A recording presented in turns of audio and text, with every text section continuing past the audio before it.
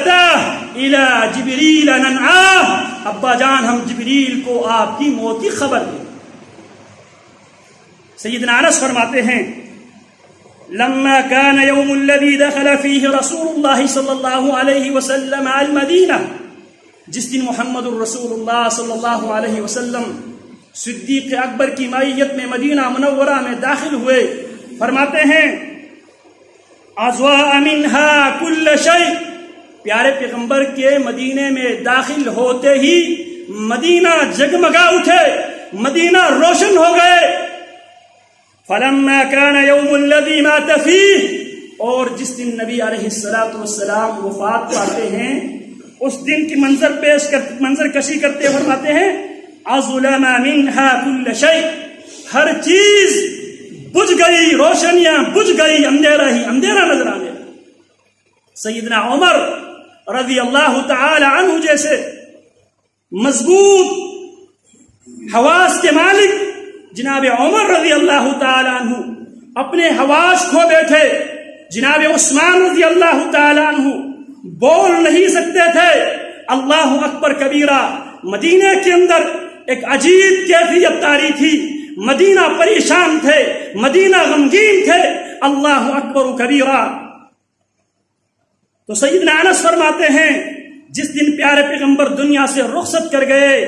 اظلم کل شیء، ہماری دنیا پہ اندھیرا چھا گیا۔ پھر فرماتے ہیں وما ونفضنا عن رسول اللہ العیدی، اور ہم پیارے پیغمبر علیہ الصلوۃ والسلام کی قبر پہ مٹی ڈال کے ہم اپنے ہاتھ جاڑ رہے تھے، لیکن ہمارے دل انکار کر رہے تھے۔ آئیے نبی اکرم صلی اللہ علیہ وسلم کی آخری ایام ذرا دیکھ لیتے ہیں۔ پیارے پیغمبر علیہ الصلوۃ والسلام، سفر کا مہینہ ہے، 29 سفر کی تاریخ ہے، سموار کا دن ہے۔ پیارے پیغمبر علیہ الصلوۃ والسلام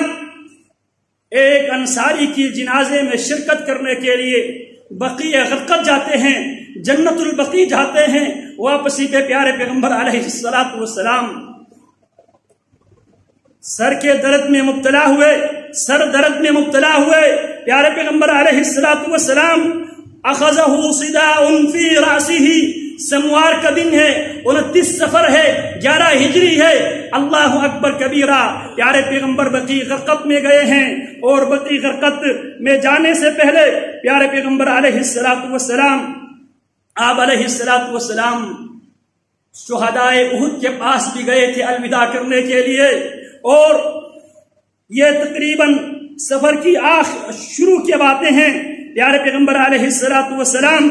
خرج النبی صلی اللہ علیہ وسلم الى احد فصلى على الشہداء، پیارے پیغمبر احد تشریف لے جاتے ہیں اور شہداء پہ بعض نے صلی کا معنی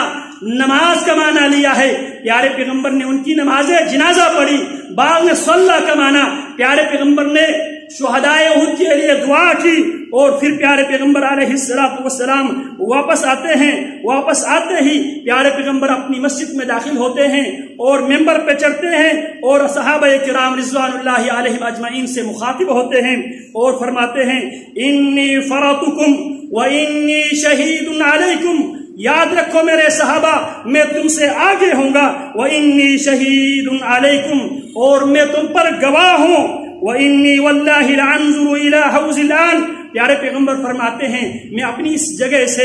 اپنے حوض کو میں دیکھ رہا ہوں، حوض کوثر کو میں دیکھ رہا ہوں، وَإِنِّي أُوتِيتُ مَفَاتِحَ خَزَائِنِ الْأَرْضِ، میرے رب نے مجھے زمین کے خزانوں کی چابیاں، زمین کے خزانے کی کنجیاں عطا کی ہے، او مفاتیح الارض، یا آپ نے فرمایا زمین کی چابیاں مجھے دی ہے، وَإِنِّي وَاللَّهِ مَا أَخَافُ أَن تُشْرَكُوا بَعْدِي،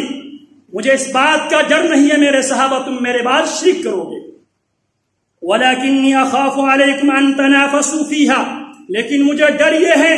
دنیا سے تم مالا مال ہو جائے اور تم دنیا کے مقابلے میں ایک دوسرے سے مقابلے میں لگ جائے۔ پھر رسول اللہ صلی اللہ علیہ وسلم ایک دفعہ آپ علیہ السلام رات کی تاریکی میں